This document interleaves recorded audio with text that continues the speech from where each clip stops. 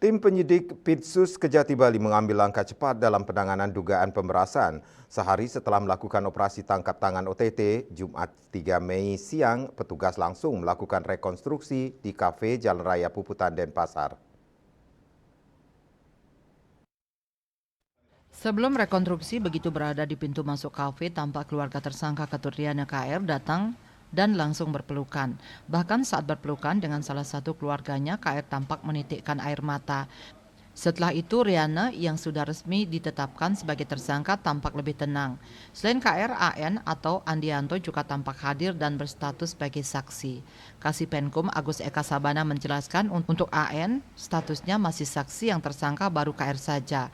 Menurut Eka, rekonstruksi memperagakan 9 adegan mulai dari tersangka turun masuk kafe, ngobrol dengan AN, penyerahan uang dan disergap jaksa OTT hingga tersangka digiring ke mobil kejaksaan. Rekonstruksi untuk memberikan gambaran atau keyakinan pada penyidik dari keterangan saksi-saksi yang memberikan keterangan, sehingga antar pemeriksaan saksi menjadi suatu rangkaian peristiwa pidana.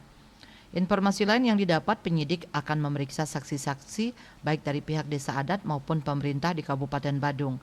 Tujuannya adalah menggali salah satunya aliran dana, apakah ada yang disetor ke desa adat atau memang kepentingan tersangka sendiri.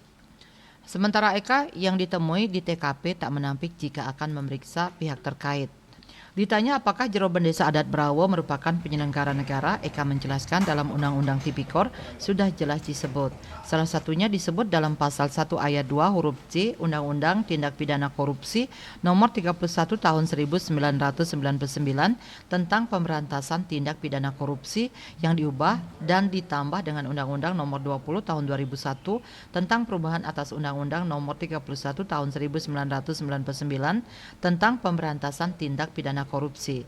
Dalam hal ini, Bendesa Adat dinilai telah mendapatkan gaji dari Pemprov Bali, ada juga menerima fasilitas dari Pemka Badung. Bendesa Adat digaji negara melalui APBD Provinsi Bali, dan dalam kasus ini tersangka Ketut Riana dijerat pasal 12E Undang-Undang Tipikor.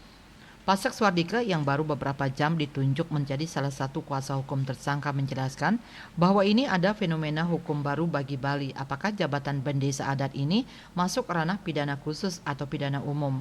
Untuk saat ini pihaknya akan melakukan pendampingan karena ini OTT. Miasa Bali Post melaporkan.